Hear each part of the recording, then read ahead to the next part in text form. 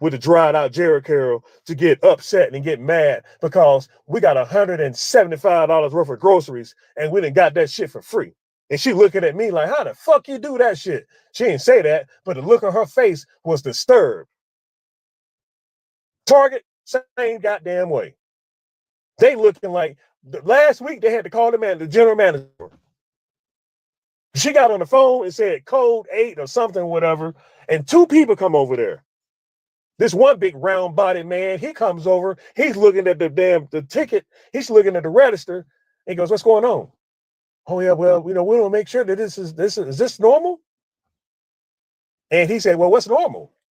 Well, this young man and his wife, his companion's wife, they got all this stuff and they're only paying $1.17. She trying to figure, she hating. Did everything she could. My wife said, I can't stand that bitch. She do that shit all the goddamn time. And I ain't never hear my wife say the B word hardly ever. She's laid back. Take a lot to make her mad. So we got all these different stores to go to. So my thing is, I am going to use their money and the manufacturers, because we're going to keep it a buck. All of these stores are buying from white-owned companies. I know of one company that's got some products, right? I know of one, right? Called Good, Goode. Look them up. It's a farmer. They got, non-GMO. They got all natural, vegetables. I don't like the can thing, but hey, it is what it is.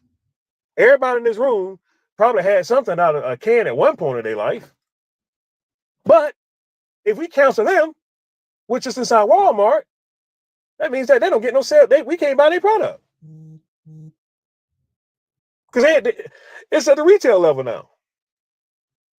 So we got to figure out how do we execute this without pissing, do I really care about somebody's feelings because I went to Target and got them assholes for $138? Nope, sure don't. Because guess what? That $130 some dollars, guess where that's being spent at? Where do you think I'm shopping that money at? I'm going to the black establishment. I'm going to shop black. I'm really shopping black now because I got extra buying power. As we say in the stock market world, I got a lot of buying power. $2.50 cash back on eggs is just going to help you out at this one transaction. If you're a first time Ibotta user, you may get even more cash back because you may unlock an additional bonus. That's very possible. Oh, we got 2 spies. We got Herways. I ain't gonna worry about her because I never heard her say nothing since I've been on the app. And as far as I know, as far as I'm concerned, hell, she could be some type of damn robot or something. The girl don't say nothing. I had to text her how to do about the deal on the eggs. Back and forth texting. Can't talk like a regular normal. Like I could go back and forth with CM or some of you other guys, but not with her. No, we got to text back and forth. Do you have this store? Wait for a reply. Yes, I got this store. Okay. Do you have this store? Yeah, I can do this. Yeah, I got that. That's how it went. I don't mind helping her out. But doggone. Wesley, come on up. So my thing is, if listen, this is all I want to say. This is all I want to say, right? Friday is probably going to be, I'm not going to say a heated day, but this going to be a animated day. I just say there's going to be very, very, there's going to be a lot of people feelings and all this and that, because if you shop in a store or something, especially that's on the list, automatically you on the list. Hell, I've been canceled by a handful of folks on this app already. I walk inside of a room, boom, kicked out, removed from room. A moderator feels like you shouldn't be in this room. He kicked me out. I don't give a goddamn about that fucking shit. I don't care. Kick me out the goddamn room. I don't give a fuck. Because guess what? I'm getting $2.50 back on these goddamn eggs. Then I'm gonna flip that $2.50 somewhere else. I don't give a shit about none of that goddamn shit. I am not going to alter what my plan is because of somebody else's feelings. I'm not doing it. Now, a solution would be, let's look, and I'm going to do it. I'm already doing it, right?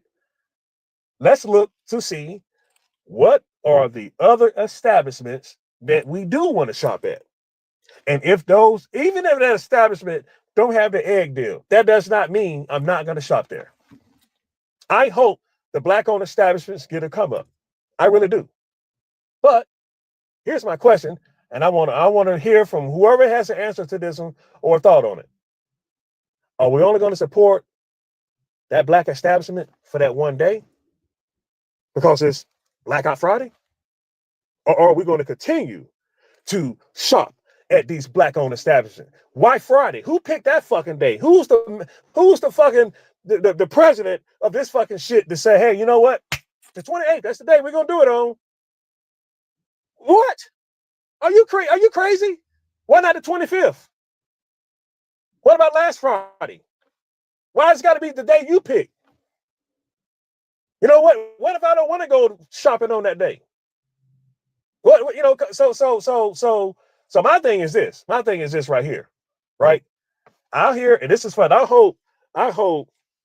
pray when I do this room.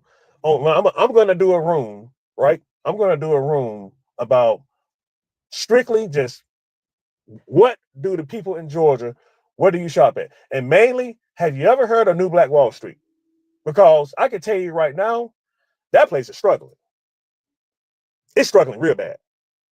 But from your shopping experience and where you go and all this and that, is it just for that? You guys think it's just gonna be for that one day? Or are they gonna keep it going? Because we won't now, and there's a couple of variables with this. There's not enough stores out there that's Black-owned that have what I'm looking for. So I'm gonna have to go to Walmart or Target or Kroger or Publix or Piggly Wiggly, which is Kid Yaya favorite store. And I think Herway's favorite store is Piggly Wiggly. Get And out Winn the Dixie. way, stay out the way.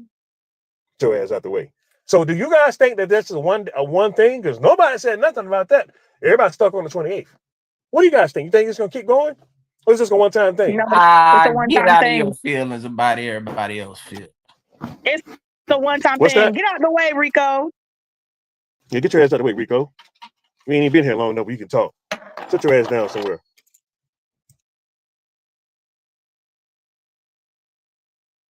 All right, what y'all think? Y'all think it's a one day, just that day? Yep, it's just gonna be a one-time thing. And then back to business as usual, right? Yes, sir. We only march, we only complain when somebody, they feel like they personally been attacked. It's now, I get it.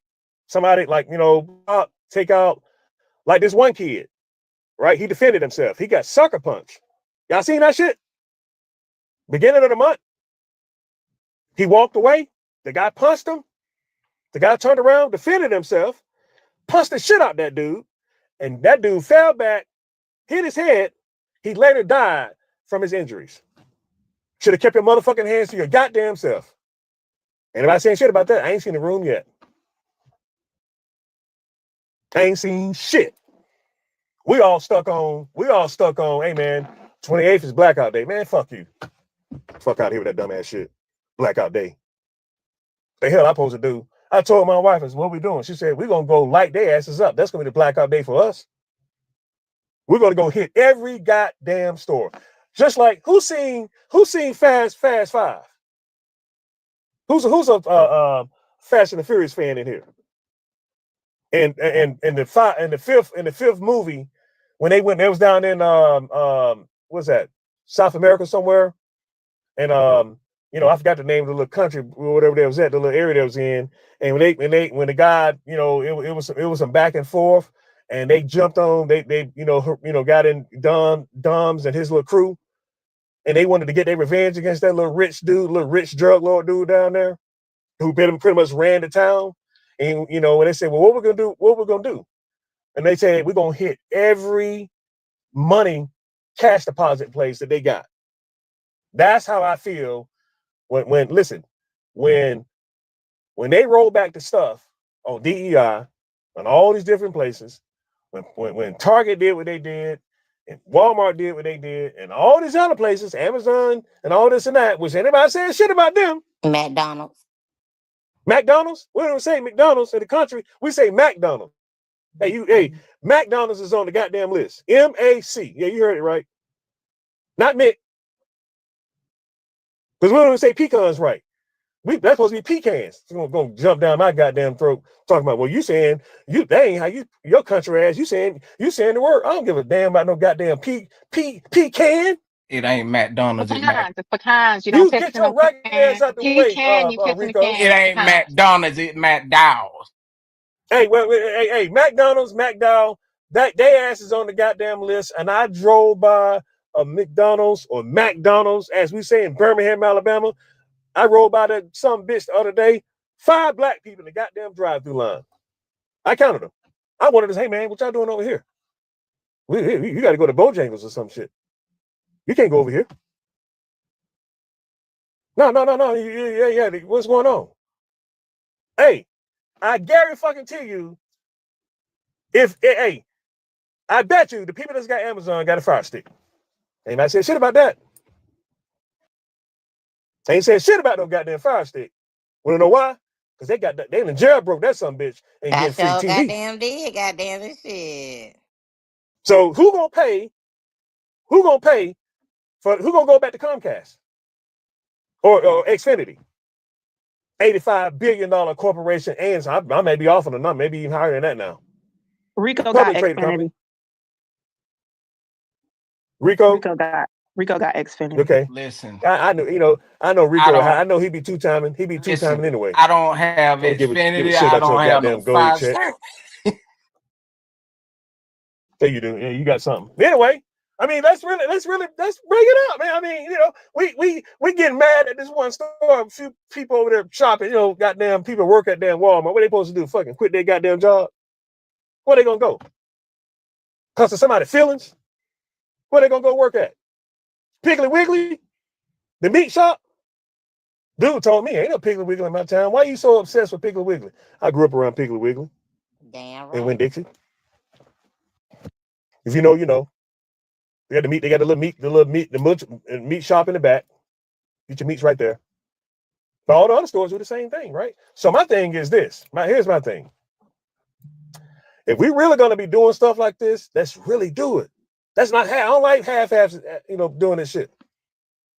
I've been teaching couponing shit for over 2 years between Clubhouse, which is now a WWE. That's what I call it, WWF. I don't even call it Clubhouse anymore. I call it WWF. Okay. That's pretty much the projects over there. Over here, this is like more like a kind of like a in between Midtown and Bankhead and Buckhead. Okay. So over here, I've been teaching it more over here than I have over there because them some bitches over there don't give a shit about no saving no goddamn money. They interested in fighting. That's all they care about is to fight people. Over here lately, seems like there's been some back and forth and bickering and arguing, all this and that. Man, I can't tell nobody on this goddamn app where you should be. Man, because of how I feel about what happened, you can't go into that store no more. Me, you get the fuck out the way. You gonna take care of my bills? You fucking my budget up. I told the lady the other day in this somebody room, no inflation, you shouldn't be going there. I said, okay, well, what's your plan for me saving an average of $138 when I go to Target? What's the plan? She had a change of conversation. She said, what did you say? I said, you heard me. $138 savings. Where am I going to get that at? Pick a store. If I can't go to that one, and I told you, I don't give a shit about Walmart. They got rid of their overage program. So they've been toast. They've been toast since since October 2023. My wife told me, she said, never go to that store again. I said, why? She said, they got rid of their overage program. I said, okay, they cut. So we cut them. Target pays you to shop. Name me a store that I can go to, preferably black owned, and I'm there. I would support it. I'm in New Black Wall Street every month. We got all kind of little smelling things that y'all know those are things you put in like a diffuser and it make the whole area smell like fruity and all that. I got 20 different flavors in there from that place. And guess what? I coupon Febreze, the Glade candles, all those little, plug-in things. I got probably 50, 60 of them. The plug-ins. 200 of the little scents that's now infused with some type of oil or something like that. The Glade plugins. Got a bunch of them. But guess what? I still take my black ass over there to New Black Wall Street and I still shop. I patronize with those folks over there using the money that I save from other establishments. Atlanta Harvest the same way.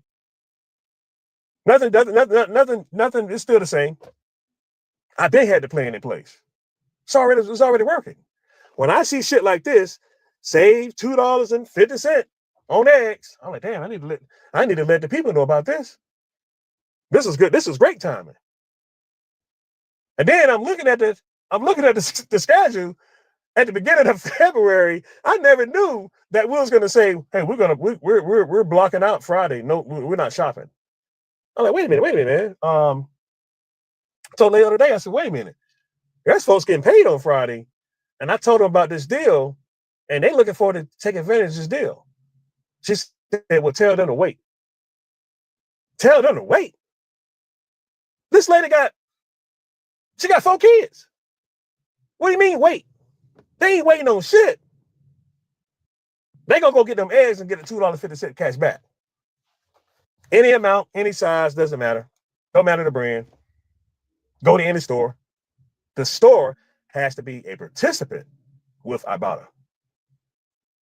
Now, what I'm going to do, I'm going to reach out to some of these stores and find out, would they consider, can you get involved, get added to the list in Ibotta? What about that, y'all? I think that's a great idea. We need to find the Black-owned grocery stores, and they are a different type of brand. It's not your normal national chain brand. I talked to one already. He said, that's a great idea. I said, hey, listen, man. I said, let me just show you how this works. And I showed it to him. I said, your customers that come inside your store don't just only go to your store. I don't just only go to Kroger and Publix. There's Walgreens, there's CVS, there's Dollar General, there's Family Dollar. We don't have a Trader Joe's because, I think Trader Joe's is just, I think that's a California thing. I think that place, them people in there, they very, very bougie, they dress up to go shopping and all this shit, whatever. I ain't got time for that damn shit. I want to just wear regular clothes and go shopping. I ain't got time for that shit. I may have to throw hands or something. I'm from West End. How many fights I've seen? And here I am walking around, with a sport jacket on, with the little patches on the elbows, like my man Ward Cleaver on Leave It to Beaver. I ain't got time for that shit. I'm gonna wear regular clothes. I might have to fight my city enemy or something. I may see Rico walking down the street. I might want to tag his ass and keep going. So all these different stores, I'm just gonna talk to these Black-owned grocery stores and say, hey, look, if I were you, I would get involved in this. And Ibotta is a growing program. It is. That is a $2-point-something billion corporation valuation, public traded company. They don't sell you food. They're a software company, right? Fetch, same way. Flu, same way. Shopkick, same way. Checkout 51, same way. Swagbucks, same way. Even doggone Upside app, which give you cash back on gas. Every one of those apps is a solution to anybody that's looking to save or get some type of cash back.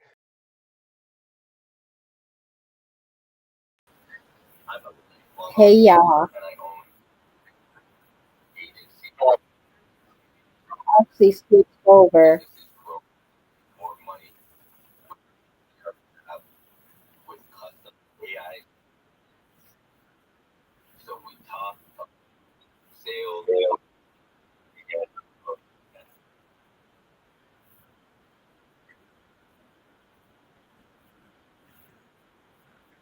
Okay, so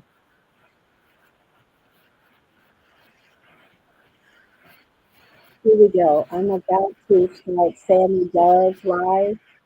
I want to catch a clip of that in fan base. Here we go.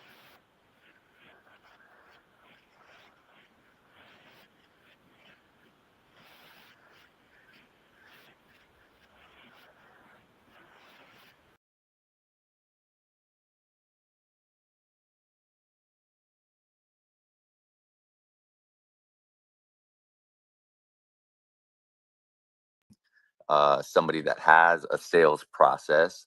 Typically, we work with people that have a sales process, meaning they set appointments to sell over the phone or in person. Like our friend C was talking about, solar, roofing, construction, but tons of other services, financial services, real estate, mortgage, insurance, and so many others. If you know somebody, connect us. We give a great referral fee up to $1,000 a pop. So also, if you feel so inspired and you have a second while we're getting started here, you want to click that little share button down below. Share this out to anybody that you think might like to see it, that you think might like to join. Entrepreneur, business, friends, colleagues. So I'm keeping an eye on the chat. I'm not always the best on the chat. I will do my best to get in there. Of course, everybody's on stage now, but you can always put up the blue dot, come off mic. You can also be jamming it in the chat, and I will do my best. If somebody sees something in the chat that I missed, feel free to let me know, and I'll be happy to address it. Sorry, was somebody coming off mic? I might have missed it. Nope, was I tripping? All right, cool. But yeah, please feel free, y'all. Please feel free, y'all. Selling, sell, baby, sell. That is the topic today. You see it in the title. Selling can be a little sticky. Some people don't like talking about it. Some people don't like talking about it, hearing about it. People say they don't like salespeople. They don't like to be sold, but they love to buy. We all say we don't want to be sold, but we love to buy. I complain about those ads in the Facebook and the Instagram feed too, but there's some dang good ads in there, and I buy some dang good stuff out of there, and I run those ads for my clients as well, and they do great. But what's stopping you first and foremost? So we're going to talk about that. What's stopping you? Sometimes it's something real in the business. Sometimes it's a mental block. Sometimes it's a time thing, right? A lot of times it's a time thing. I know for myself, a lot of times the issue is working, trying to work on the business instead of in the business, right? A lot of times, we're working on our existing business and we want to get new business, but that's the selling portion, right? We might only be able to spend a small portion of our time on the selling and growing because we're just working on what's there. But getting to that point, whatever that next level is. So again, at any point, y'all, I will ramble for a bit and take stops to ask and force some of y'all to talk. But if y'all want to talk at any point, whether it's asking a question or just adding a personal story or adding some insight or something I missed, once again, throw up that blue dot. So I got the red dot, Miss Bliss. And I know that means different things in different rooms. I honestly don't even really use it that much. But yeah, go ahead. What were you looking for with the red dot? Coming off? You got something to say? It was a mistake. Oh, no worries. I think the red dot, Joyce, you could tell me. The red dot is like stop, or the red dot is something else? No? All right. No worries. I think it's the chat. Did you hear me? Yes, I did. No. Got you. Thank you. Yeah. But all good. That was a mistake. No worries. So I'm gonna talk about selling. I'm going to talk about selling. Going to talk about selling, right? Sales and marketing. This is the number one driver of growth in business. A lot of people don't do it. A lot of people don't do it as much as they'd like. And a lot of times it's for some reason or other, time or money, right? Ends up getting in the way. But I want to talk about my philosophy on the topic, right? A lot of people don't like the thought of sales. A lot of people have had negative experiences, you know, rightfully so. There's a lot of bad salespeople out there, a lot of you know, bad and predatory tactics out there for sure. And those suck, you know what I mean? And that kind of taints the whole situation. The high pressure, the old school, sleazy, cheesy, pushy salesperson type of thing. It doesn't fly anymore. We don't see it as much anymore. I think we see a lot of better, you know what I mean? Like the point is to serve your customer right and get it to the people who want it. And then you're going to end up doing better than you ever would by trying to force people to buy something, right? That they don't want or don't need. High pressure situation, right? So I believe that is the case. There is a way to sell. I believe that your people are your people. What you have is for specific people. It's not for everyone. And when you find them, it is not your job to pressure or convince. It is your job to serve them, bring them value, but empower them, right, to make the right decision for them. And if you know that your offering is the right decision, then you owe it to them to display that and convey that to them. So you cannot force anyone to buy anything, nor should you. People only do what they feel like doing. People don't always do what they need to do. They don't always do what they want to do. They don't always do what they should do. They don't always do what they're supposed to do. People do what they feel like doing. I just felt like it. How many times have you said that or asked someone, or especially children, like think of a child if you've had to deal with one recently, and they act up and you're like, why did you do that? Because I felt like it. Oftentimes people do not do what they need or want or any of the other things. It's what they feel like doing at the time. So you can't force anyone to buy. This is the first premise. I am going to put down a handful of them that will lead one to the other. Then we're going to get to it and chop it up once we get there. People only do what they feel like doing. You cannot force anyone to buy. What you can do is create an environment where people feel like buying. You can only create an environment where people feel like buying. Selling, closing, and pitching are not the same thing. Selling, closing, and pitching are not the same thing. And they must be done in that order. A lot of people think of these terms as interchangeable. A lot of people maybe never really thought about the differences or even definitions in general for themselves. But selling, closing, and pitching are not the same thing, and they must be done in that order. And I'm going to get to why and how. Now, my next tenet, and I'm going to start it off with a question. Please, whichever brave soul would like to come off and answer this question. When we talk about selling, you may have heard people say, you're selling your product. Or they might say, you're not selling your product, you're actually selling yourself. Or they might say, you're selling the value or this or that. would somebody like to come off and tell me, what do you think? Do you think when we're selling, you're selling yourself, you're selling your product, or you're selling something else? Who's going to come off? Who's coming with me? Time, because I was kind of multitasking. Sure. When we're selling, are we selling our product, or are you selling yourself?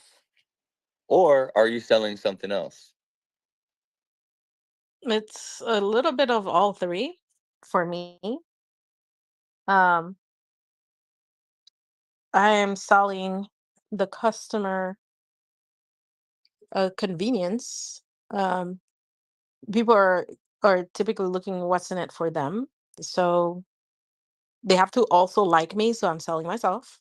And then the product, which is the means to the end of making their life easier or better or upgraded, but mostly they're buying me. I hear you. I hear you. I saw Miss Joyce coming off, and Domino with the blue dot as well. Joyce, if you want to go, and then Domino.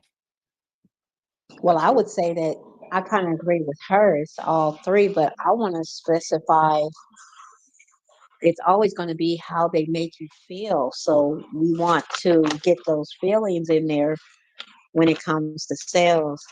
So I would say you have to sell them that experience as well. I hear you. I hear you. Mr. Domino, what are your thoughts?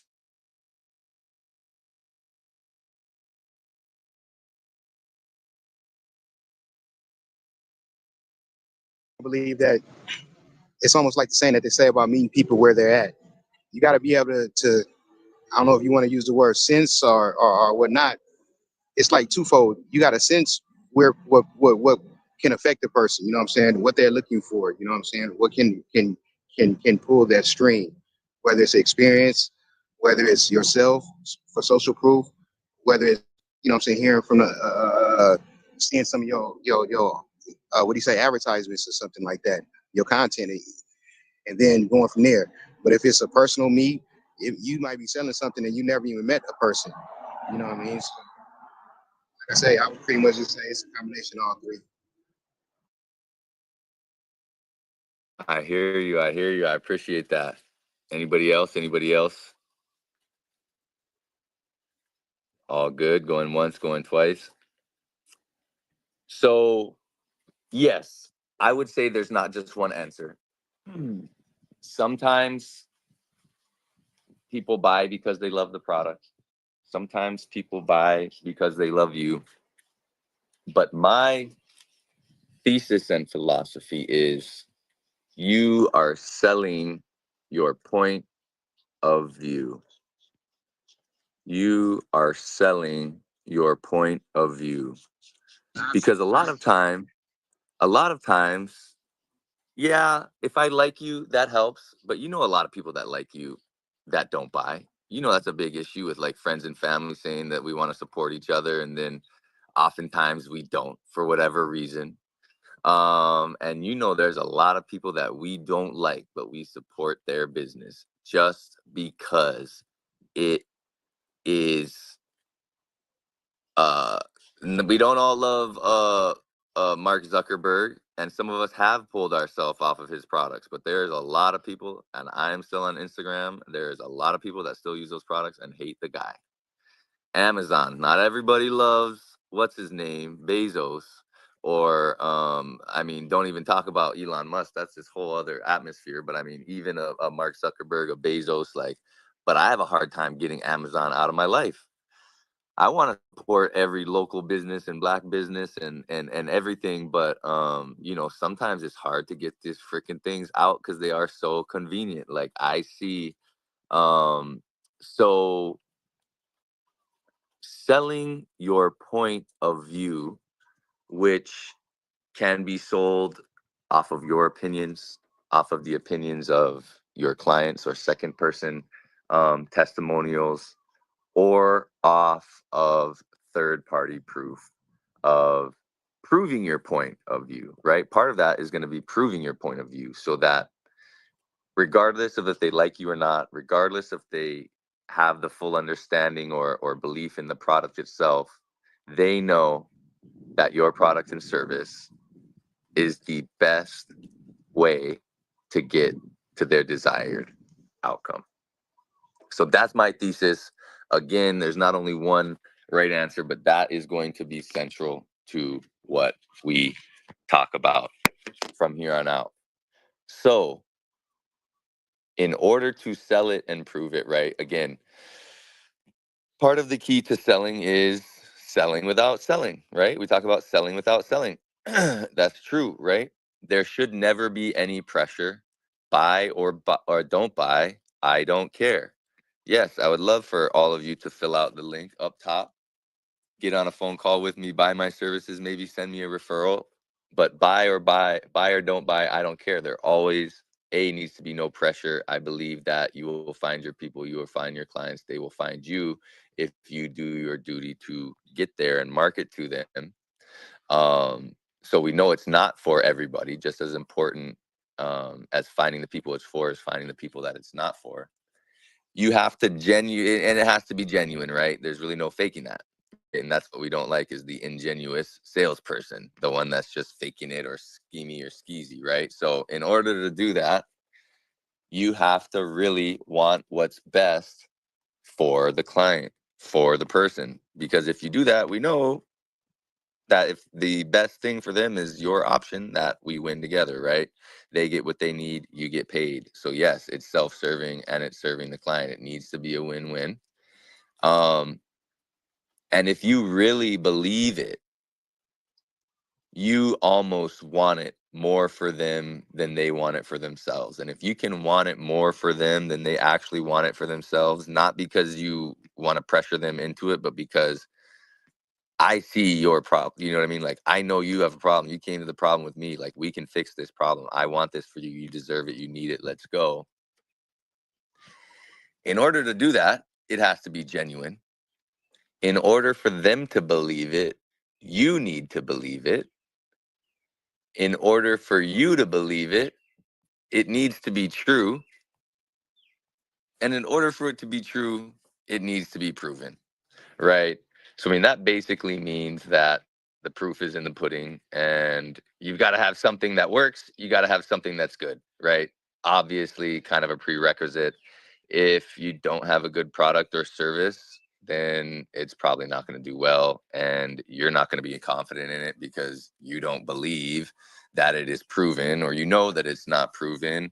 So sometimes it means working on the product, working on the service.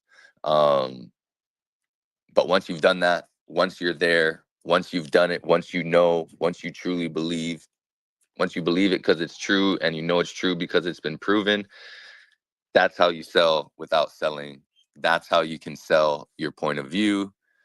And that's how you can create an environment where people feel like buying. So that is the top-down bird's eye view. The next part of class is we're going to go into selling, closing, pitching. What are they? What are the differences? How do we do them? And in what order?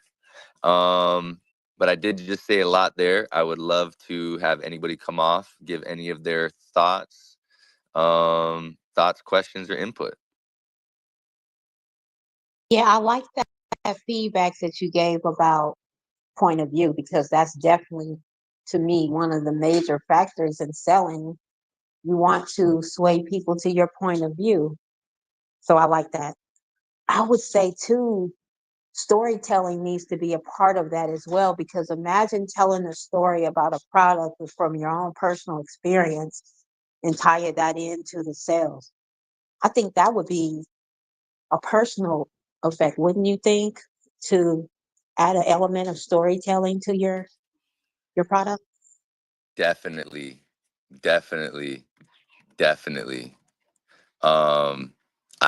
am glad you brought that up, because that is really an entire room of its own and super important.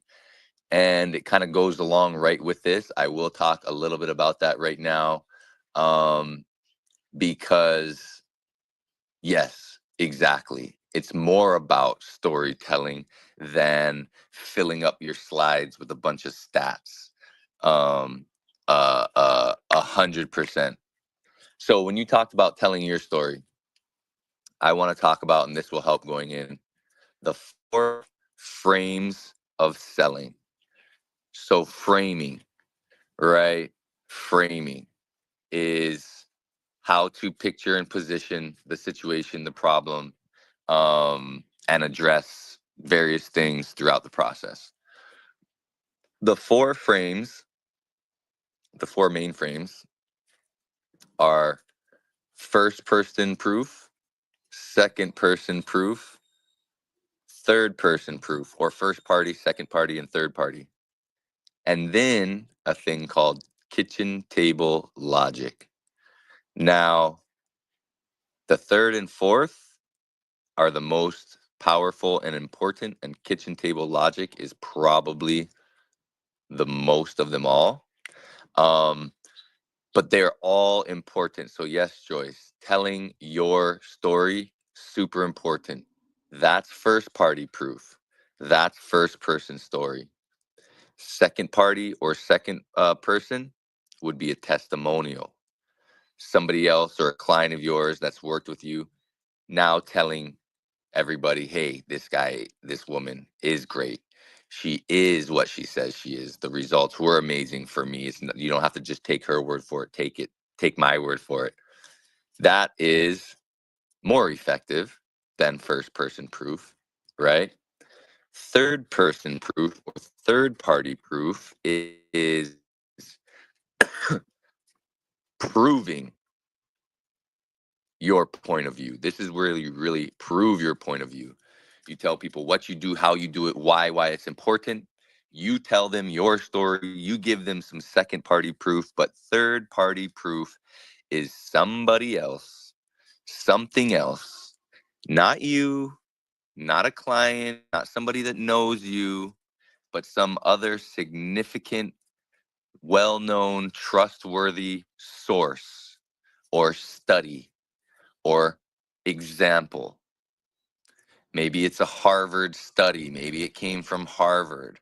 Maybe it's a business example. Maybe you talk about a big well-known business and what they do, things that are proven, things that are documented, things that you can pull up and say, hey, this is exactly what I'm telling you.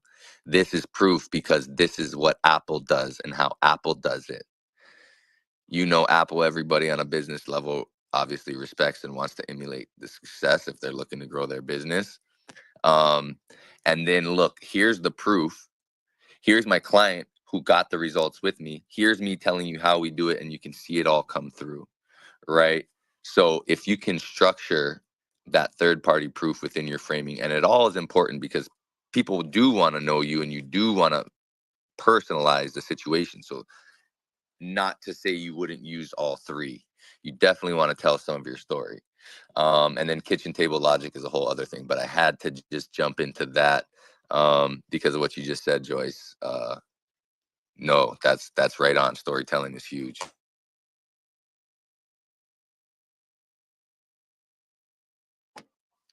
Was there anybody else who had any thoughts?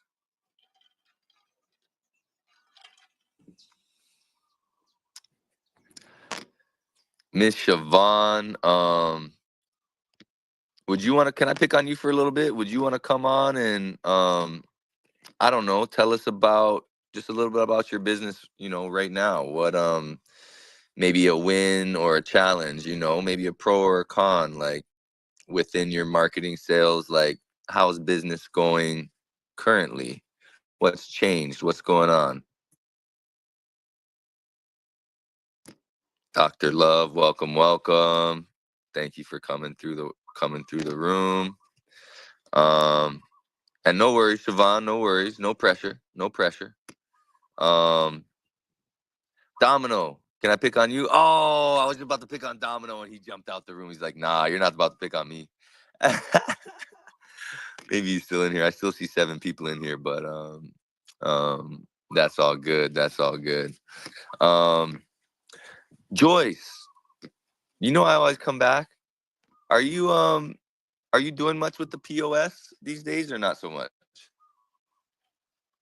I am actually dipping back into it. I was just telling someone else that because of when COVID happened, I kind of held back on it for a minute until I wanted to do more research on what e-commerce looked like, because there's a lot of security in place for when you start to do from outside your local. Mm-hmm. And so that's always been a challenge, is real people with real bank accounts and real information and not misinformation. So that's kind of the experience I'm having right now. I hear you. I hear you. So are you kind of talking with prospects? Are you like doing cold outreach online or going into places locally, or I guess are you finding people from Fanbase and LinkedIn that you're kind of starting to talk to more, or where it kind of comes from? Again, because you're doing e-commerce versus local, because like I was mentioning, the local aspect has changed. There's a lot of brick and mortar now that have closed, like in my location where I'm at. So then that kind of impacts it. And then it's one of those things that I did have a sales lady in place a while back, but let me just say, all kinfo ain't skinfo, because she took the money and ran. So now I'm kind of focusing on kind of doing my cold. It's not really cold.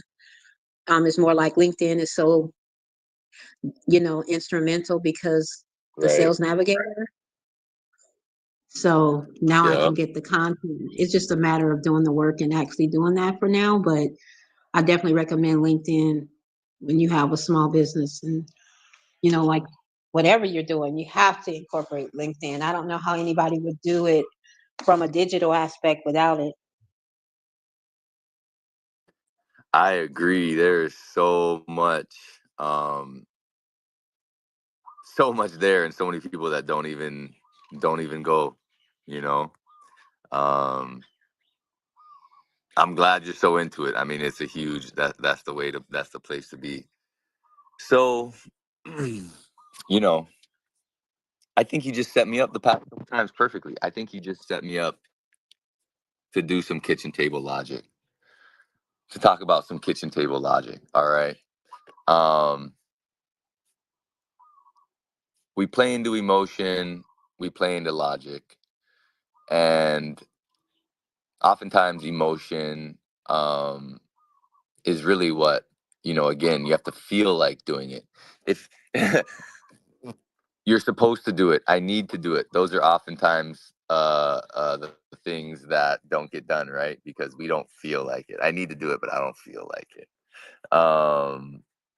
So when it comes to logic, that's not always the number one. So I would say kitchen table logic is kind of a way to add storytelling. It's kind of an emotional level of logic. So it's kind of like, you're sitting down at the kitchen table, talking it out, right?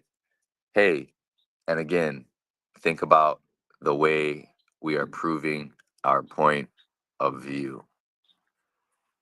Hey, here's the problem.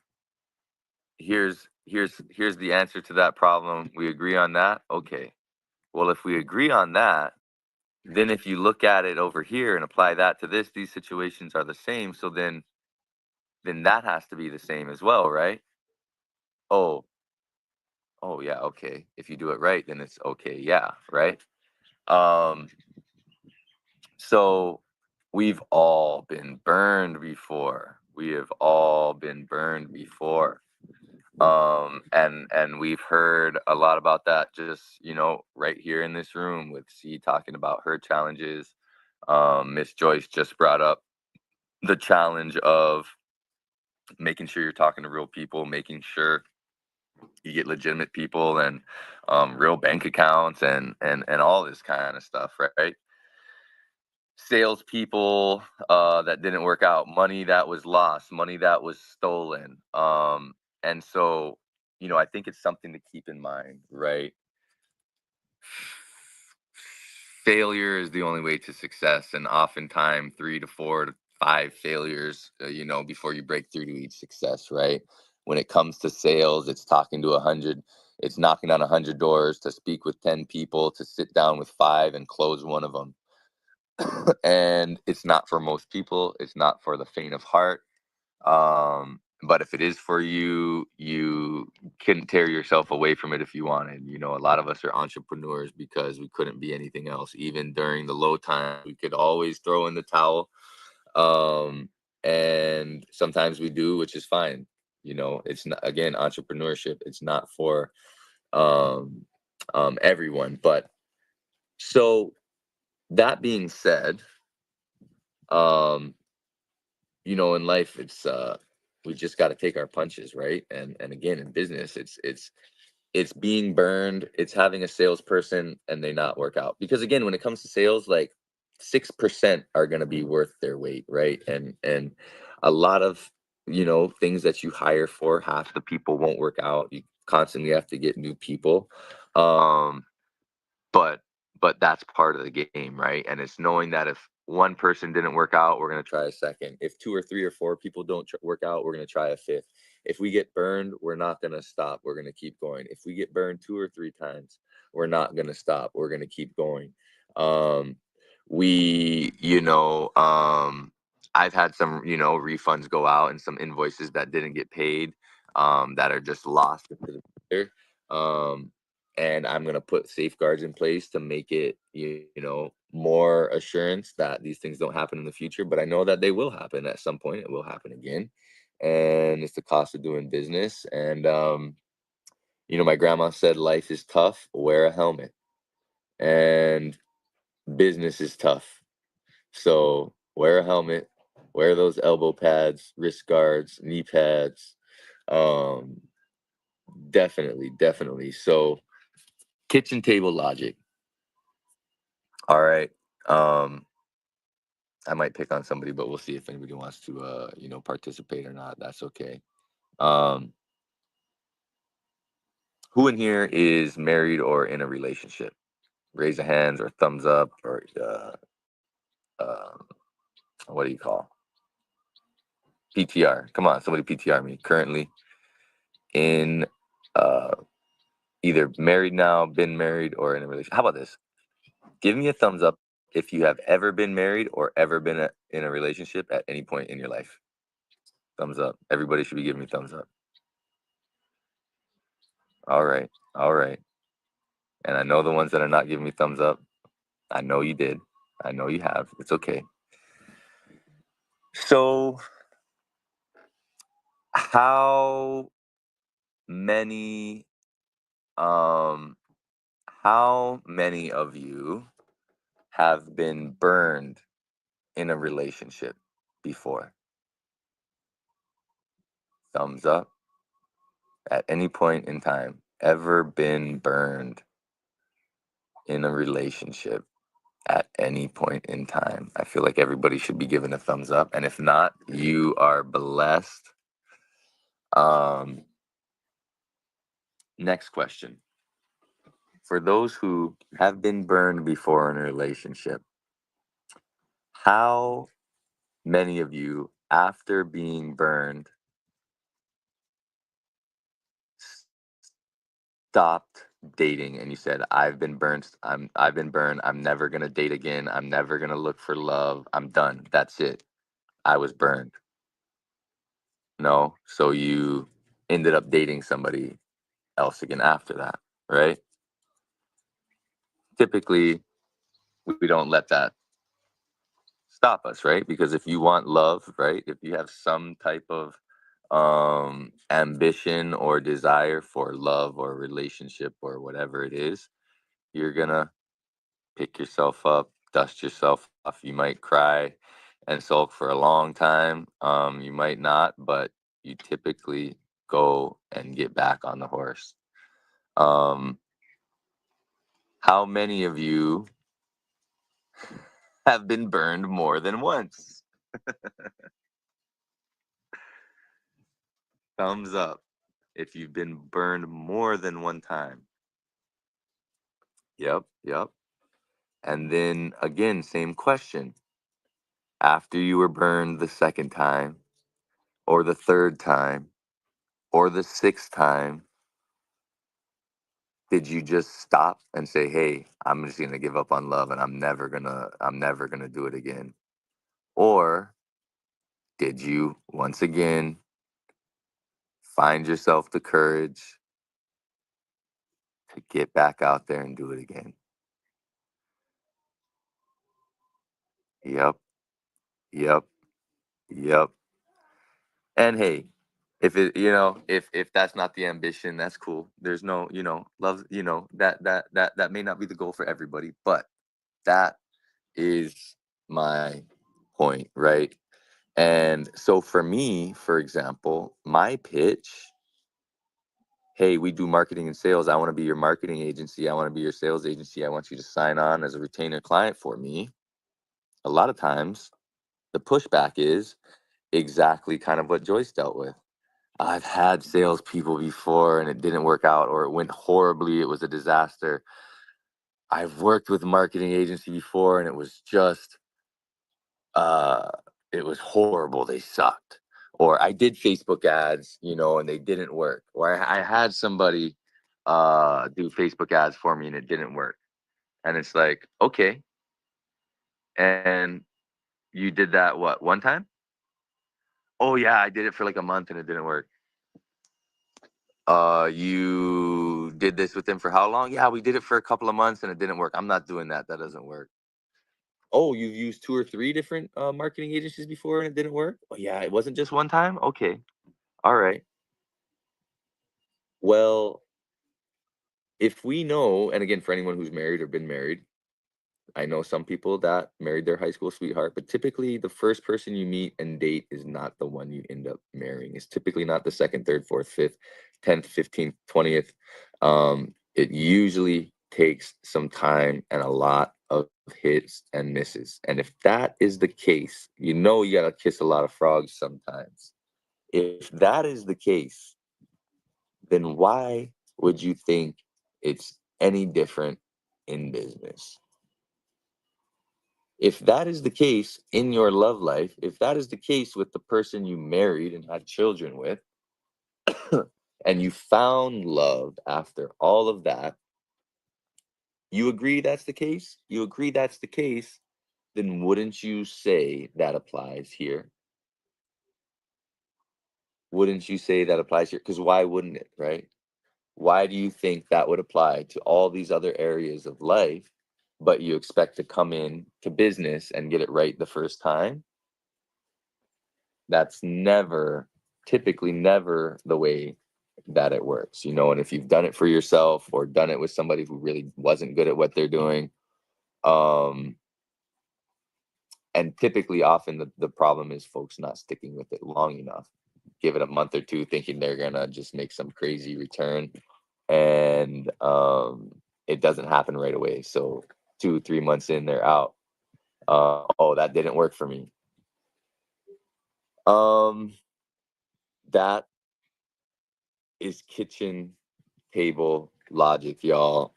Welcome up one Crash. Thank you so much for being here. Any thoughts, y'all? Did I convince any of you in the room? Did I bring anybody over to my point of view? Thoughts. How do y'all like this kitchen table logic?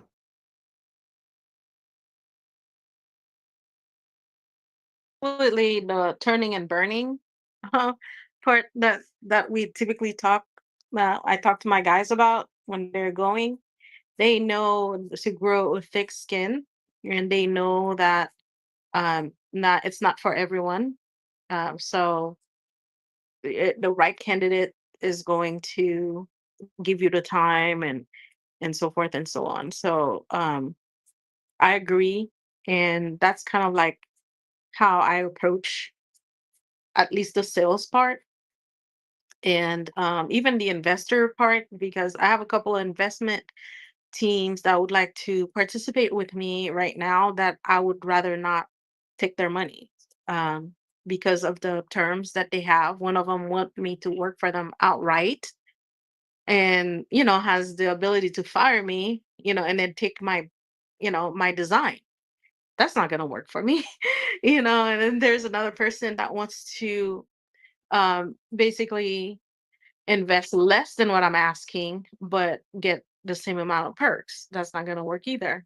So, like you say, we have to, be picking and choosing carefully and, um, to make sure to wean off and also um, to keep going, even when people give us the hard no to continue trekking. So, yeah, I land my plane. 100%. I appreciate that. I appreciate that. Up one, welcome. I'm not sure how long you were here, if you caught any of the room, but welcome, welcome. If you'd like to come off, say hello. If you do have any thoughts, share any thoughts. If you would like to come off, please do. Hello, everyone. Because I just entered the room, I don't really know what's going on yet. I'm trying to listen in and catch up. But thank you for having me.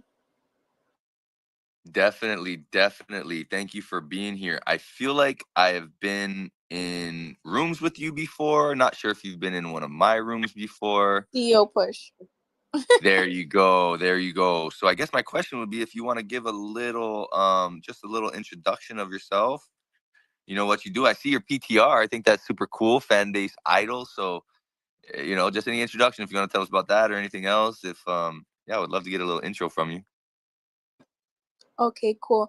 I'm Up One Creech. That's obviously my name here on Fanbase. I'm starting a Fanbase idol where people showcase their talents and kind of compete with one another for 3K loves, and it could be any talent whatsoever. It's just for entertainment purposes only and fun. And yeah, I've been on here. I've been on Fanbase for maybe it's a month and a half now, and I'm really enjoying the community and the experience. And yeah, I'm still fresh to the app, but I really feel like I've been on here for a long time. That's awesome. No, I'm glad you're here and that you're liking it. No, I see that. I want to make sure I pull up. I think I followed you and Siobhan. Do you are you gonna just kind of open that as a room, or do you have a camp that you're having people join for the room, or you just gonna open it that day? Yeah, I created a camp for it. The camp is called Fanbase Idol. So the very first Fanbase Idol starts March the 15th. I wanted to give people time to, record a little video since it's gonna be through Watch Party where you kind of see it. And the deadline for the videos would be March 10th. Nice, nice. Would you want to drop the camp in the chat? You can actually get the link for your camp now if you want to join the or put the link for the camp in there. Okay, sure. Thank you. Definitely, definitely. No, I appreciate that. I appreciate that. Looking forward to it. Joyce, Siobhan, Bliss, y'all have any thoughts on that kitchen table logic situation? Because Joyce, you triggered me on a couple of these. Yeah, I just put the link. I joined. I was saying in the chat, I joined her camp and I shared the link and I put that in the chat for her as well. I know she may be kind of new, so but I did do that. So I'm looking forward to this Fanbase idol. I've seen you in the room a few times, so I'm interested to see. And I will have a question. You said that you're going to be doing a watch party based off of content that people have on their YouTube channels, because that's usually the only place that we can kind of do a watch party right now. So first and foremost, thank you so much. And so basically, I created an email.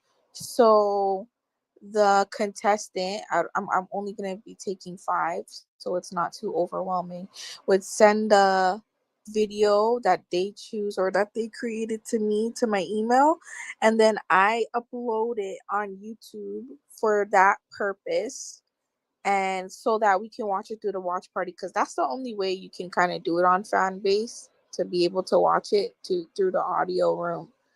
Yeah.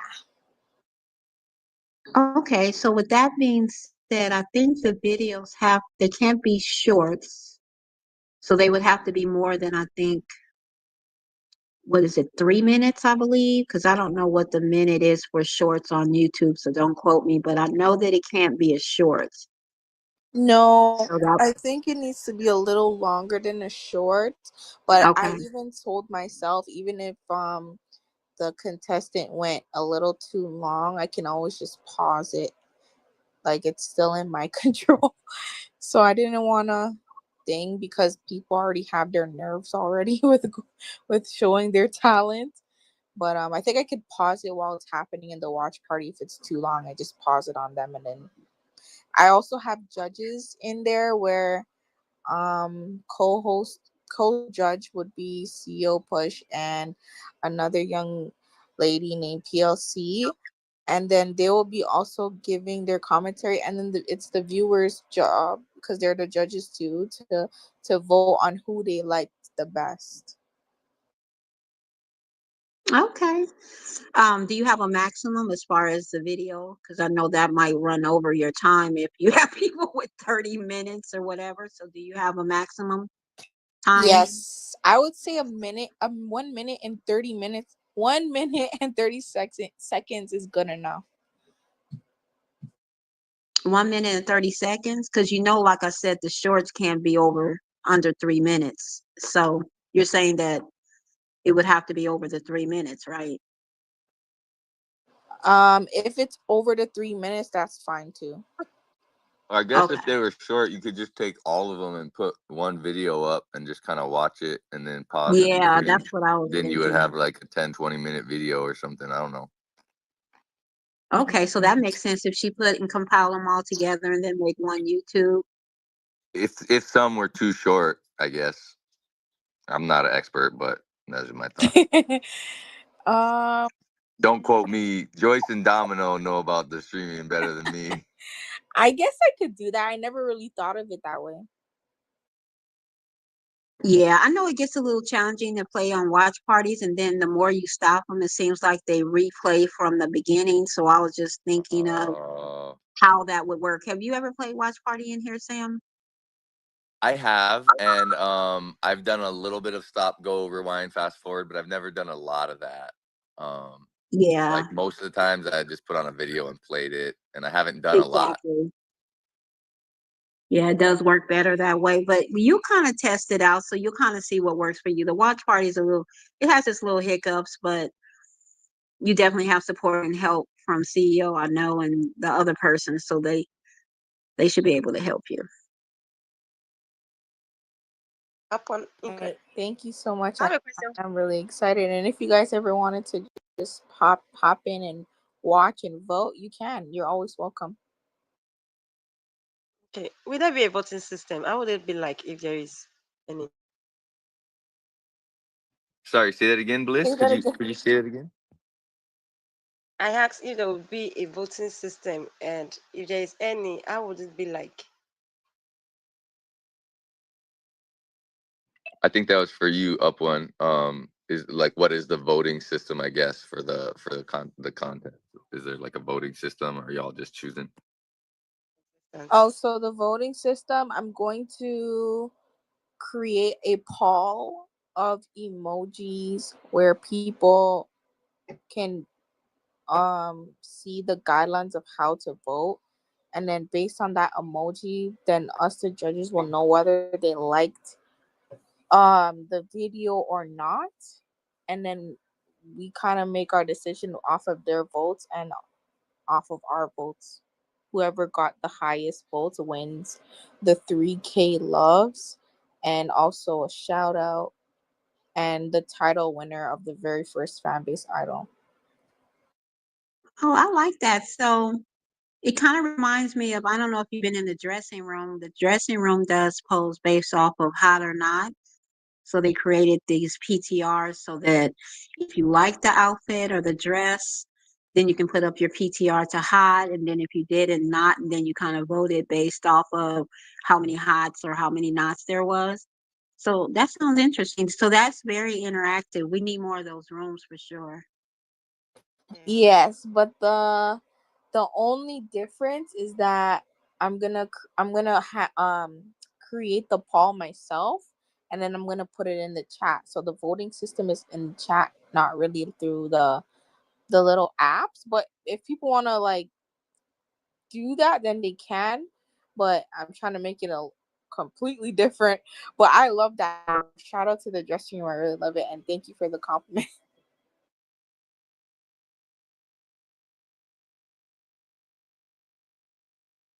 Yes, beautiful. I love it. I love it. Just another beautiful thing about fan base. Like, you know, these rooms you come in and learn and network and just hear what's Um, hot, what's happening. Another question: would there be a registration fee to participate in this fan-based idol contest? Not for the audience, not for the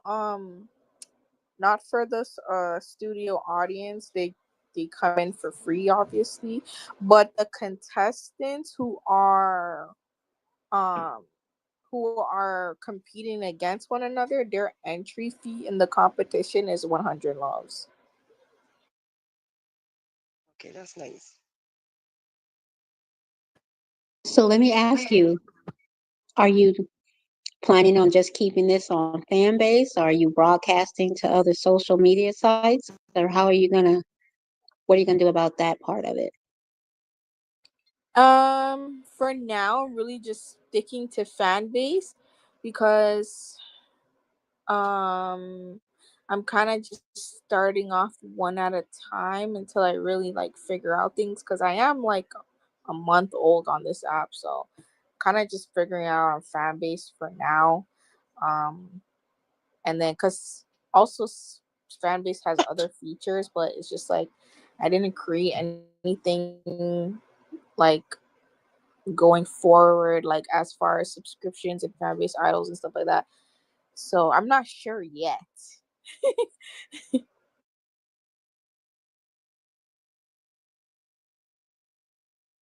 Well, it sounds intriguing. Thank So, you. yeah. And I'm doing a lot of AI videos, so I may have something. I may have a few things for you. So you let me know what that email is, and I might just want to participate. Wow, that would be really, really cool. And I will send you the email in your DM. And also the really cool thing about it is it's not only geared to one specific talent, like only singing, only rapping. It's like any talent that you feel that you can showcase and you're like, you know what? You have the confidence, you're like, I know I can win this easy 3K loves, then this is really for you. Like, it's not geared to just one specific talent. That's the good thing about it. Nice. Love that. Love that. Love that. I'm gonna be tapped in. I've followed and joined the camp. I'm tapped in. Thank All you, right, thank y'all. you. Yes, yes, yes. Beautiful, beautiful. Well, listen, once again, I appreciate each and every one of y'all's time. I do have a little bit more that I will kind of touch on quickly. We can kind of chop it up and fellowship a little bit more, and then you know, uh wrap it up here in the near future. But I want to talk a little bit about the last part within selling. I want to talk about selling, closing, and pitching. Selling, closing, and pitching. A lot of us might think that they're interchangeable or think that it's just one of these things, that we're doing, or the order in which we do them. So selling, closing, and pitching, and they must be done in that order. So selling is first. What is selling? What is the difference between selling, closing, and pitching? Selling is you are selling your point of view. So before you can close them, and before it's even worth pitching, and pitching is the explaining and drawing out of your offer. Is the skill, selling is the skill of helping the audience realize that their best chance at experiencing what they desire is from your point of view. It is getting them to realize that their best chance at experiencing what they desire is from your point of view. Not necessarily whether they like you. Thank you. It's not even whether they like the product. It's whether they have been convinced that what you're saying is the truth, and that they have agreed with you, not necessarily liked you, not necessarily like the product. They might like you, they might buy because they like you. They might buy because they like the product, but they will definitely buy if they believe what you believe. Closing comes next. So a lot of times we think that we're pitching or we're selling and then we close at the end, right? But there's one thing that you may or may not have heard, but it's this: when it comes to the pitch, you don't want to even talk about price until you know the answer is yes. You don't want to bring up price until you know the answer is yes.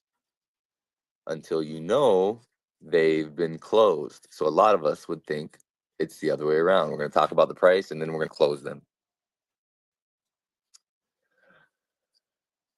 And if you've ever been on a sales call before, a lot of times, whether it's tire kickers or whether it's somebody who's just tire kicking, whether it could be somebody who's completely interested, it's just kind of a habit. You get on the phone call, you're about to do a 30 to 40 minute demonstration, and they go, hey, what's the price? What's the price? Everybody wants to know what the price is right away.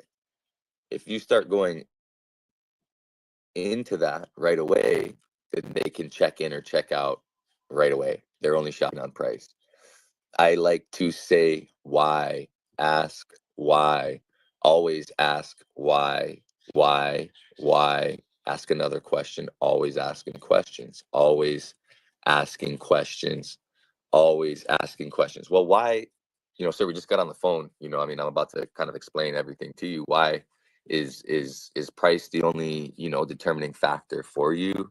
What's your budget situation? Like, what's the problem? What's the problem here, right? We have to get down to the problem. So why? If that's it, then it's kind of like, hey, if the only thing you came here, to ask was, what's the price, it just might not be for you, right? Finding the people it's not for is just as important as finding the people that it is for. And on your side too, right? You want to be able to screen, like C was saying. You don't want to work for or with everybody, right? There might be somebody who wants to work for you that is not going to be a good fit for you. So that's where that is a demonstration of exactly that.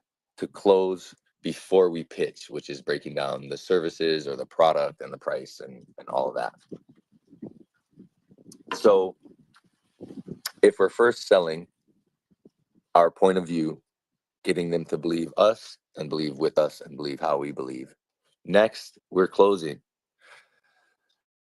Closing is the skill of empowering the audience to make a decisive commitment to themselves to do whatever they feel is necessary to get what they desire.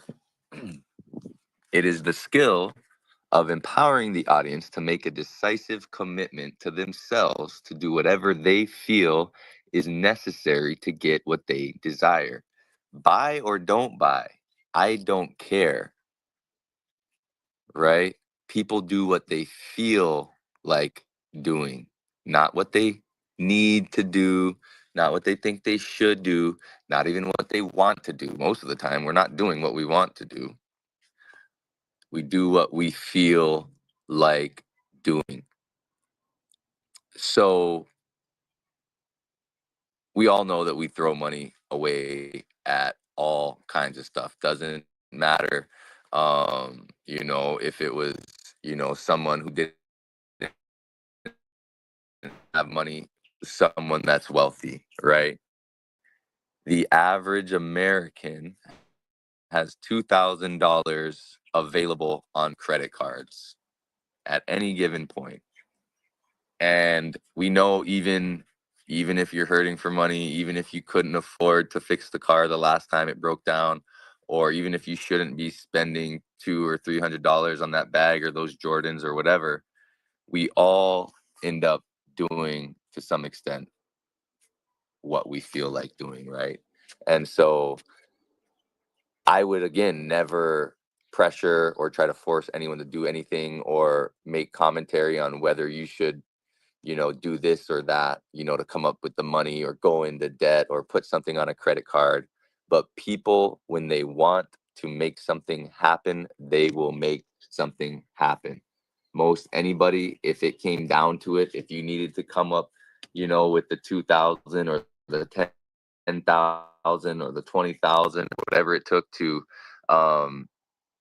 fix the family emergency or deal with it, like, we'll come up with it. We'll borrow, we'll credit card, we'll do what it takes. Whether it's a family emergency or, again, a $200-$300 handbag or whatever, right? So the same goes for your products and services. If you can get them to agree with your point of view, welcome, Deja. Welcome to come to the stage if you'd like. Thank you so much for being here. If you can get them to agree, their best chances from your point of view, and to close them, you can empower them to make the commitment to themselves to do whatever they feel is necessary to get what they desire so that they feel like it. They've been closed. Then you pitch. Pitching, we talk about the elevator pitch, a lot of us kind of get it, but pitching is the skill of making it undeniably clear that your vehicle is the audience's safest option to arriving at what they desire. It's the skill of making it undeniably clear that your product or service is the safest option to arriving at their desire. Because we all want 100% guarantee, and we all want a money back guarantee, and those things are great, and you can utilize those things. Humans are risk managers. We are professional risk managers, right? We want to have as little risk as possible, but at the same time, we know that nothing is risk-free. So we need them to believe without a doubt that our vehicle is the safest option, the best option at arriving at what they desire. So this is, again, I said why earlier. Keep asking why. When you're pitching now, it's more, and.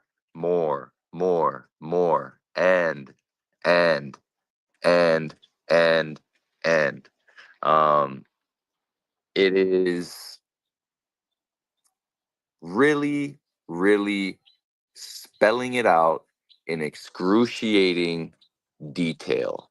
A lot of us will just say, hey, we, have, I provide marketing services or sales services, and I can help you, run really good Facebook ads, or I'm a plumber and we do great plumbing, and that's what we do. Love for you to come and work with us, right?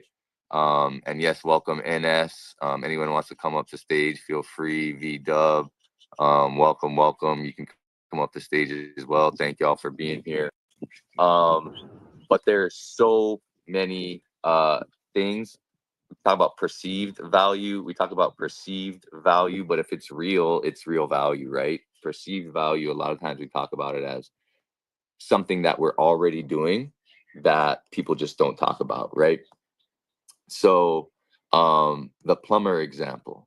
Oh, I'm a good plumber. I just want a good plumber. But there's so much things that the plumber can talk about, right? That people might think are just obvious. Hey, we're a great professional plumbing company. Our employees come to your property clean, with logo uniforms, with wrap marked vehicles. We pay our employees well, so they really care about doing a good job for you. We answer our phone. Oh, that sounds stupid. Why would you advertise that? Of course you should answer your phone. Well, contractors, plumbers, roofers are notorious for not answering the phone. And again, that's a big part of what I do is follow up and sales systems. And most people are horrible about follow up or answering calls, but contractors are notorious for that. So I come from the trades. C spent a lot of times on there. So many times working with either my own companies, landscaping companies, roofing companies, where people call us, we answer the phone, and they act surprised. They're like, oh, you answered the phone. Oh my gosh, that's amazing. Like I called 5 roofers and you're the first one that answered the phone. You can go and look at Google reviews on any plumbing company, and you will either see reviews that say, oh, these guys don't answer the phone, or one that says, oh, these guys were great. They answered their phone and were timely. One of the most important yet obvious things. So spell it out, spell it out, spell it out. Of course, this is, I don't want to say subjective, but it depends, right? Your elevator pitch and 60-second elevator pitch, that's something different. If you do sales calls and you do a 30 to 60-minute sales call, it may be, again, something different at that. If you do events, webinars, even a fan-based audio room like this is somewhat of an event. You can go forever, you know what I mean? And I would say that, again, even with sales calls, like, don't stop until it's enough. If you're able to, right? Again, if you have a 30 or 60-minute call and you can't push it, cool. But if you got a 60-minute call and you don't have a call after that, and this person keeps going, you get them talking, they're interested, and they keep coming. I don't know if y'all can hear me. I have a call coming through. I'm trying to cancel it. But they keep coming with objections. You keep coming with questions. Why? If I have the time, I can sit there and why with you back and forth all day. And I'm not doing it to sell anybody anything. I'm not trying to do it to convince or anybody. I'm here for you. I want the best for you. I think I want it more for you than you want it for yourself. And so I want to know why.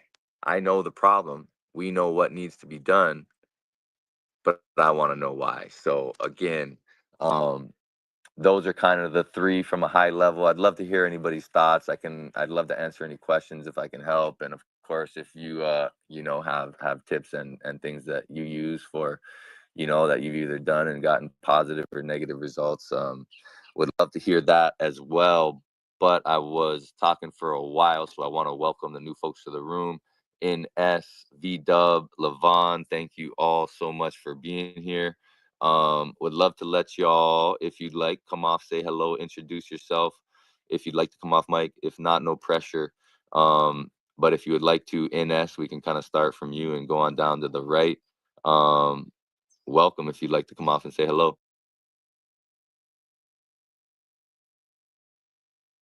Just mostly Listening. That's all. I saw sell. I was like, wait, what are we selling? Who's this but guy selling stuff, man? What's this guy selling? right. But I get what you're talking about though. Yeah. What are you selling though? What are you selling right now?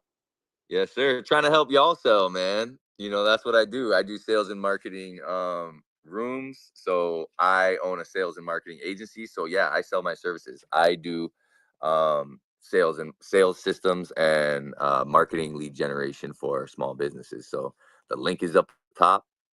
I always do that and always selling that.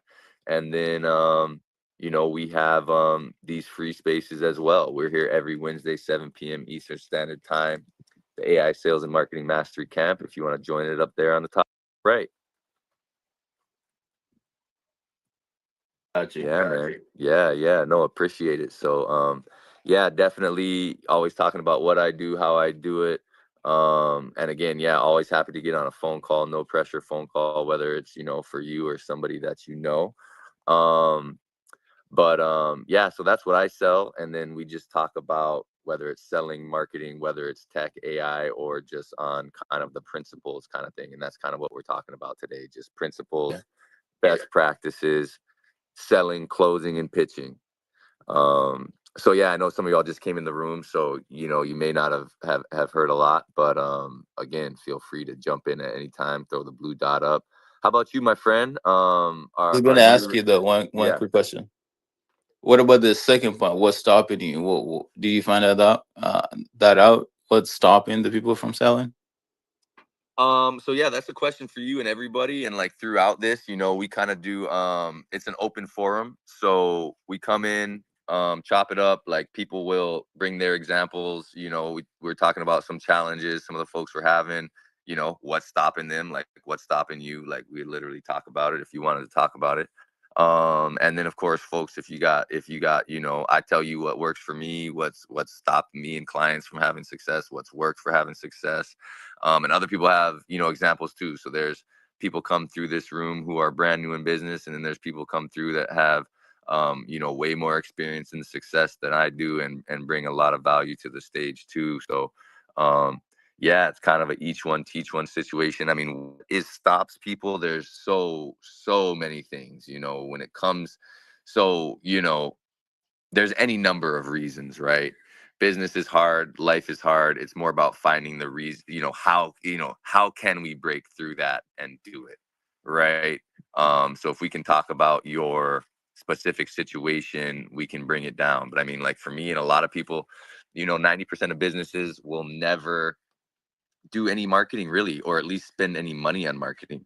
90% of businesses are have a hard time selling. Either a lot of people aren't comfortable with it, but on the other hand, you know, a lot of with the small business person, you're trying to break through that level of from just working in your business to working on your business, where you're kind of in there doing everything.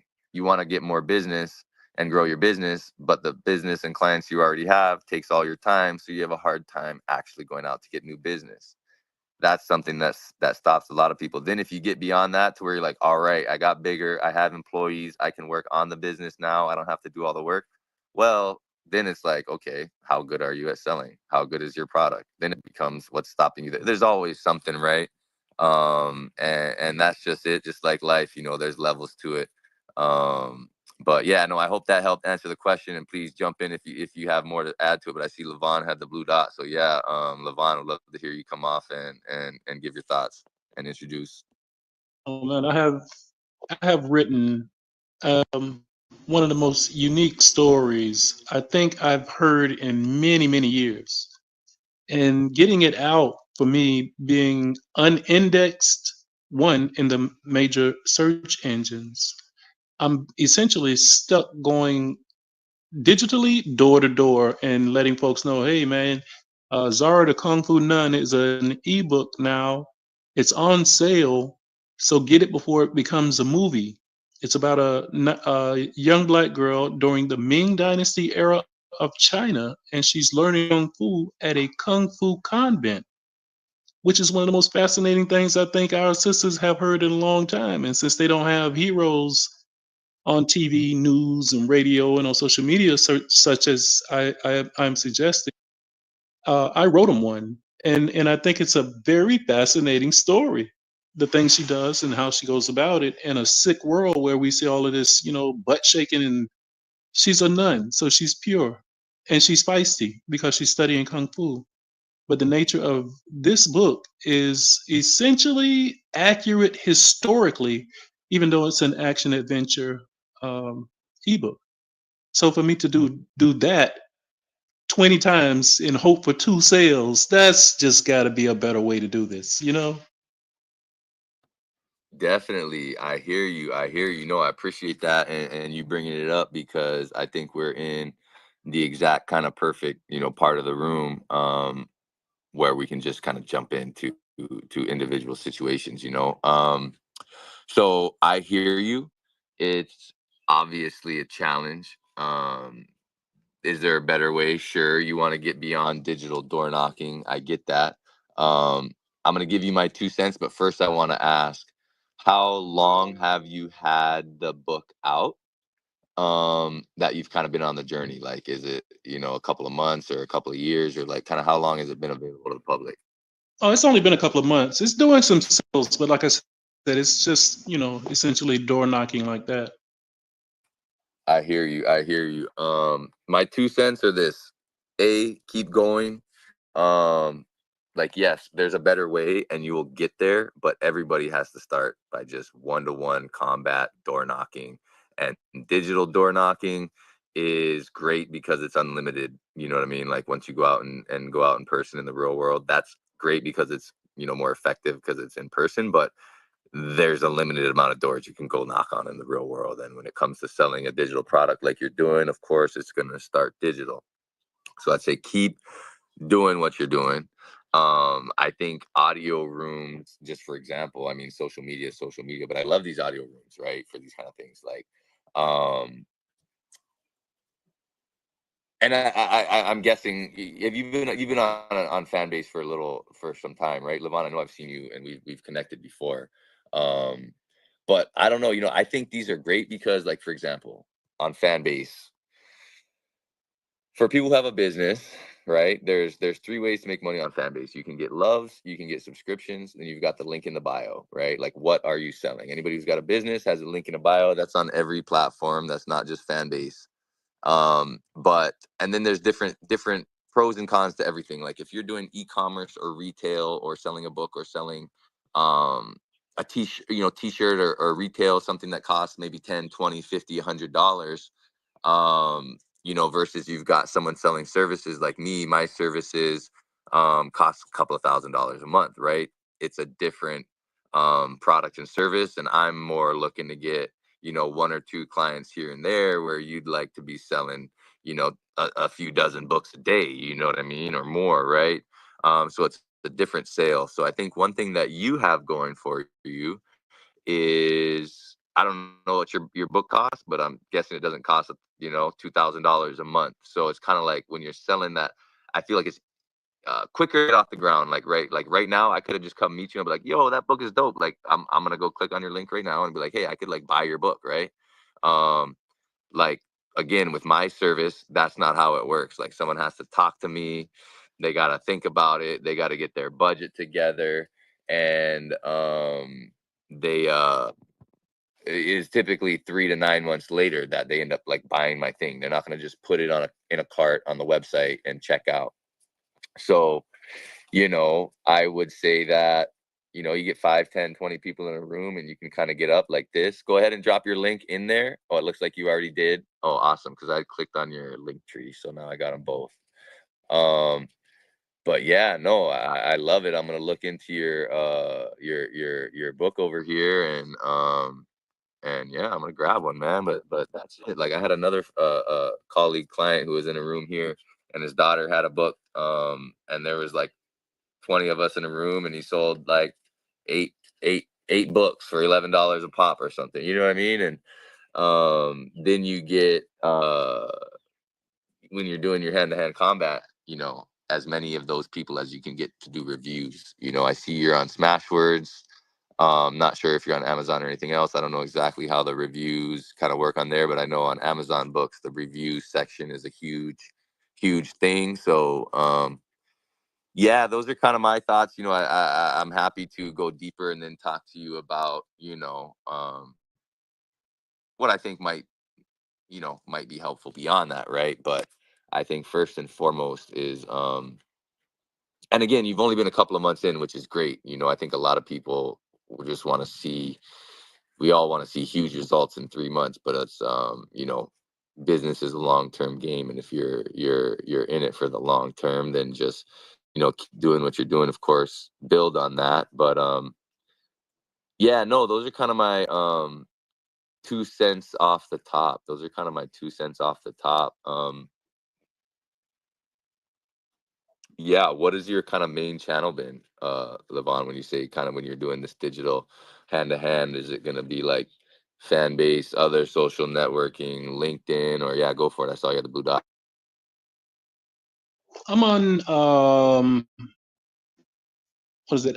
Tiki Taki, and I do a YouTube channel, and I do a few other things that provide a social media foundation for me.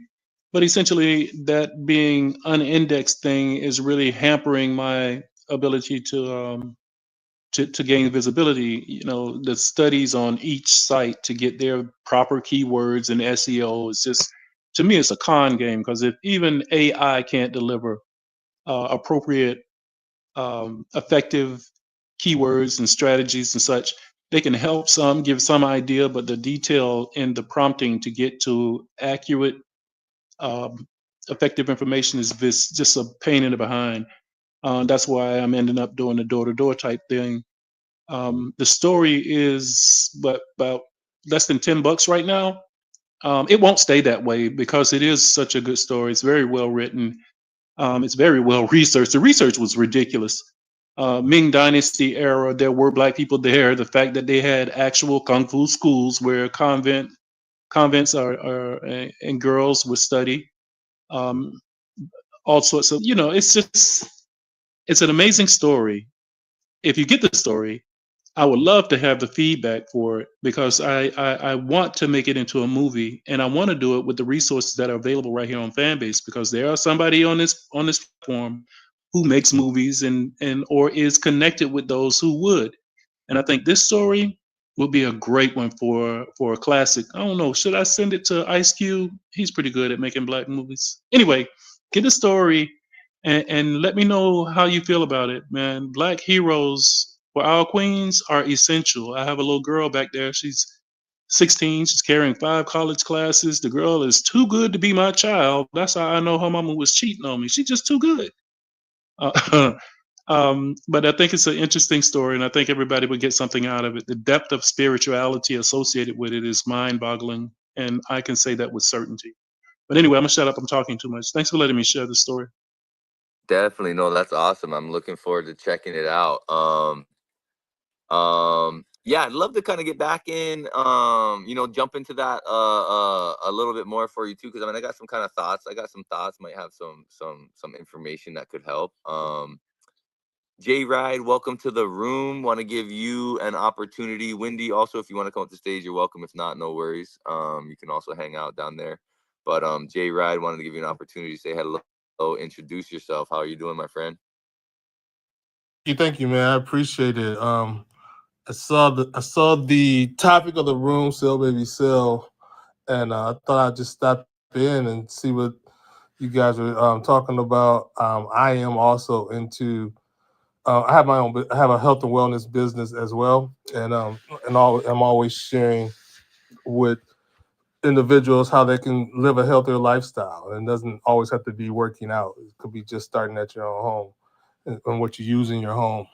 So I appreciate the space, man, and can always share whenever possible, whenever need be as well. I appreciate it. Thank you. Definitely. No, thank you for being here.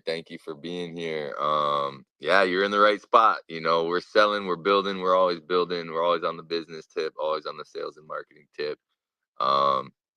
And yeah, always working through it with the group think, with the each one teach one, and yeah, a lot of great folks come through here.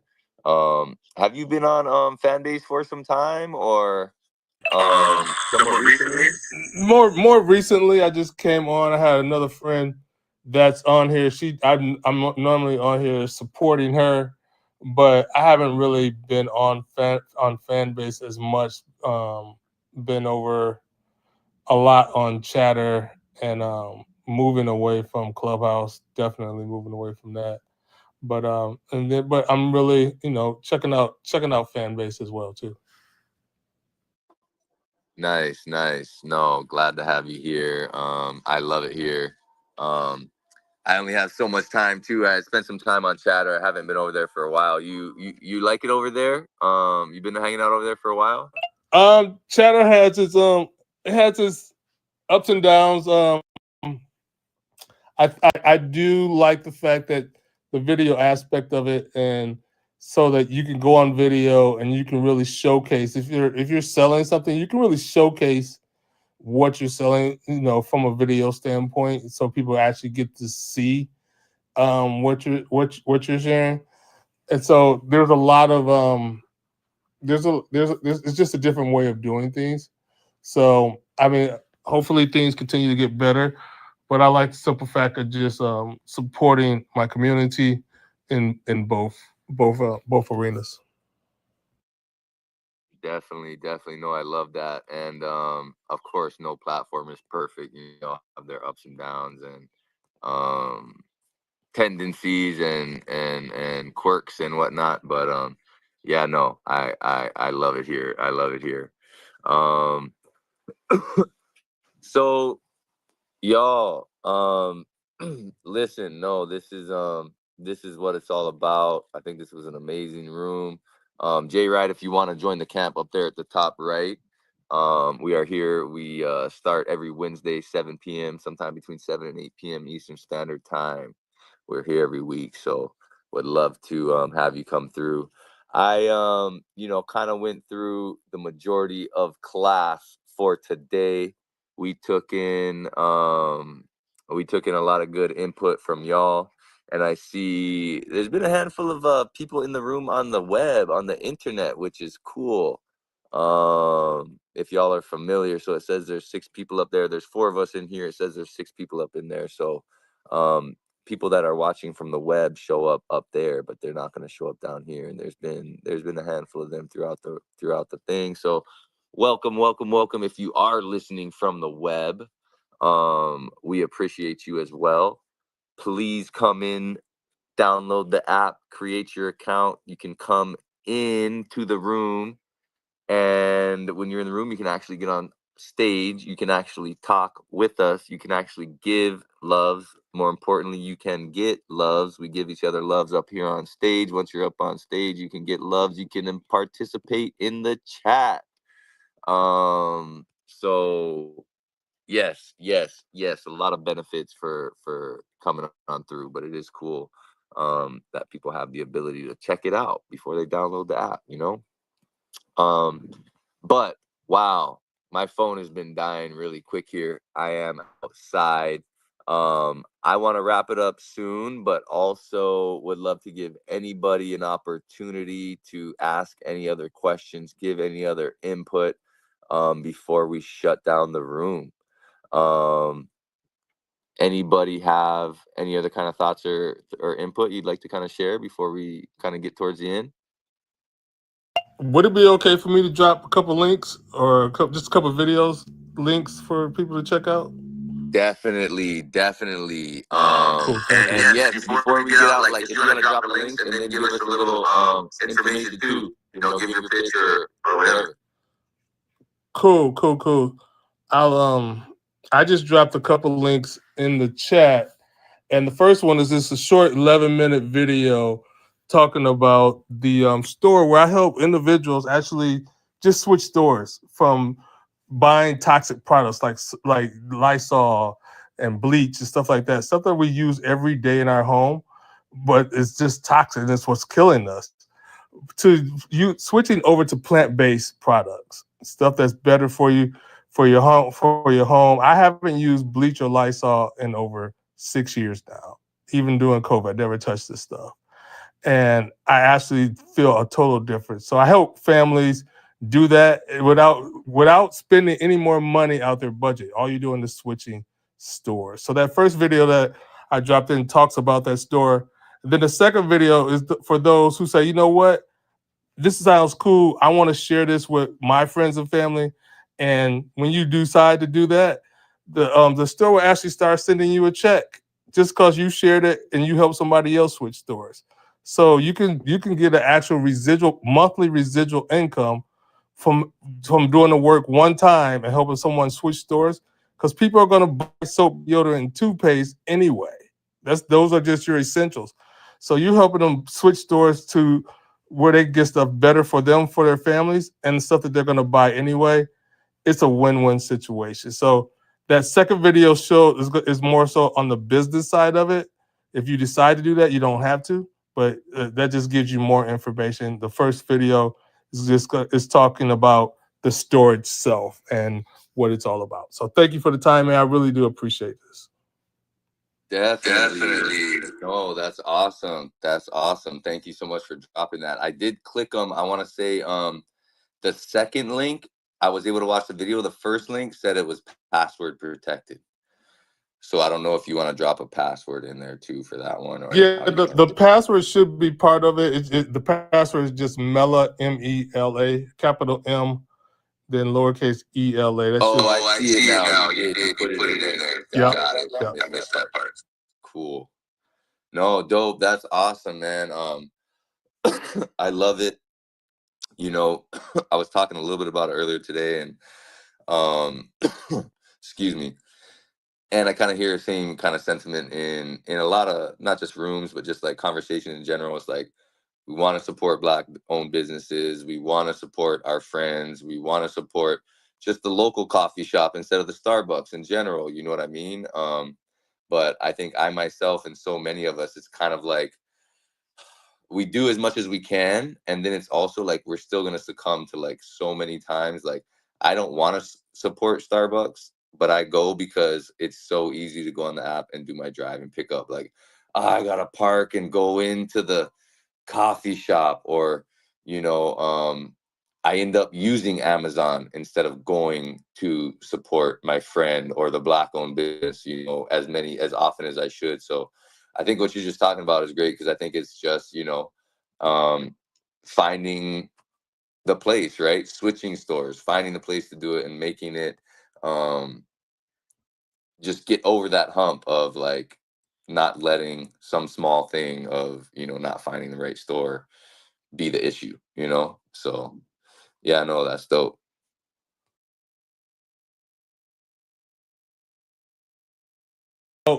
E-commerce now, people are not going in the stores. You see a lot of malls closing, a lot of stores closing, people shopping online already. So this is the wave of the future is already here.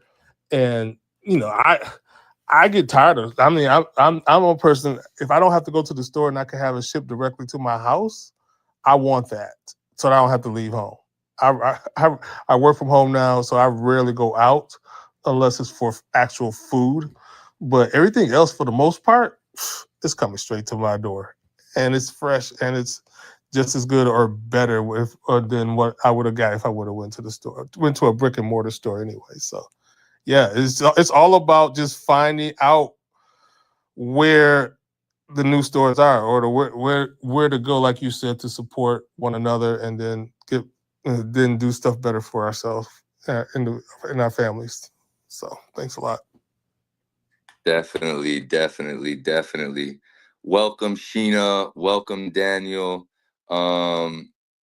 We are about to be wrapping up the room. But you can join the camp, and we are here every Wednesday, starting at about 7 p.m. Eastern Standard Time. It's the AI Sales and Marketing Mastery Camp. Miss Bliss, before I wrap it up, do you want to, you got anything you'd like to say or share or ask? Okay. First of all, Mr. Sam, I want to say thank you for this platform. You know, Though I've been feeling sleepy, I've been, I sleep and I open my eyes again. So I don't just feel like, quitting this conversation. I just wanted to participate on it. My eyes were heavy all through, but I was still able to grasp some of the things you said. And so far, I really learned a lot from the conversation. I just want to say thank you. And thanks for the Yes. Oh, definitely. Oh my goodness. Thank you. And I gotta remember because I know we're on the opposite sides of the earth. So I know it is early, early morning for you. So listen, I appreciate it. And gosh, 3:49 that a.m. yep. It is this is the beauty of fan base, we have just people in a room building and working and talking to each other just on completely around the entire world. We got folks in Africa, I'm in Hawaii in the middle of the ocean, and of course all kinds of Americans and folks in between, out, left, up, right, north, south. So gosh, it's a beautiful thing. I'm honored. I appreciate y'all's time. Time is the most important and most invaluable thing that we have. So I appreciate you spending it with me, spending it with us. And yes, once again, I am going to just leave it open for a couple of seconds. Make sure y'all go, if you want to go through the chat, open up links, save links, take a screenshot if you want to take a screenshot. And Yes, do that, do that, do that. Oh, also, of course, the hold on, my thing is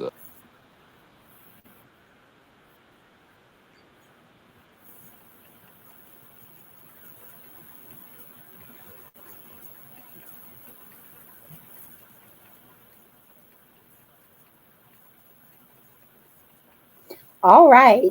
That completes another episode of AI Sales and Marketing, hosted by Sammy Dove, only on Fanbase. He gives a lot of great tools and tips about marketing in general, even though he's on the AI sales perspective, and that's kind of where his business lies. But he gave some really good in points. Point of view is important with sales, and we can look at that from all sides if you have a product or service. And also, as I mentioned, storytelling, I feel is like he mentioned, is number one. There's three levels, and that first one is your own personal experience about the product, maybe why you created the product. Maybe there was a personal experience that you wanted to share in that need. And then the second one, I believe, was someone else giving you a testimonial about your product. And that's the one of the best ones. And, it's true. So if you have a product or service, don't be shy, don't be reserved. We're in a great space right now with AI technology tools. Use it as a resource, and let's open up a t-shirt business. Just open up something that you can create some value. Open up for your family or loved one. Do a collaboration on a e-commerce website. So looking forward to it. Drop some comments in the chat below if you have anything else you want to discuss as far as the room today. We actually had it split up. The very beginning was X couponing with hosted with Inflation Killer on Fanbase, and he gives you some Ibotta tips for couponing, digital couponing to save money. There was about 30 minutes of that or so, maybe a little more, and then the rest followed by Sammy Dove AI. Again, this is Memoirs, aka Joyce, and see you in the next episode. Au revoir. Tout à l'heure.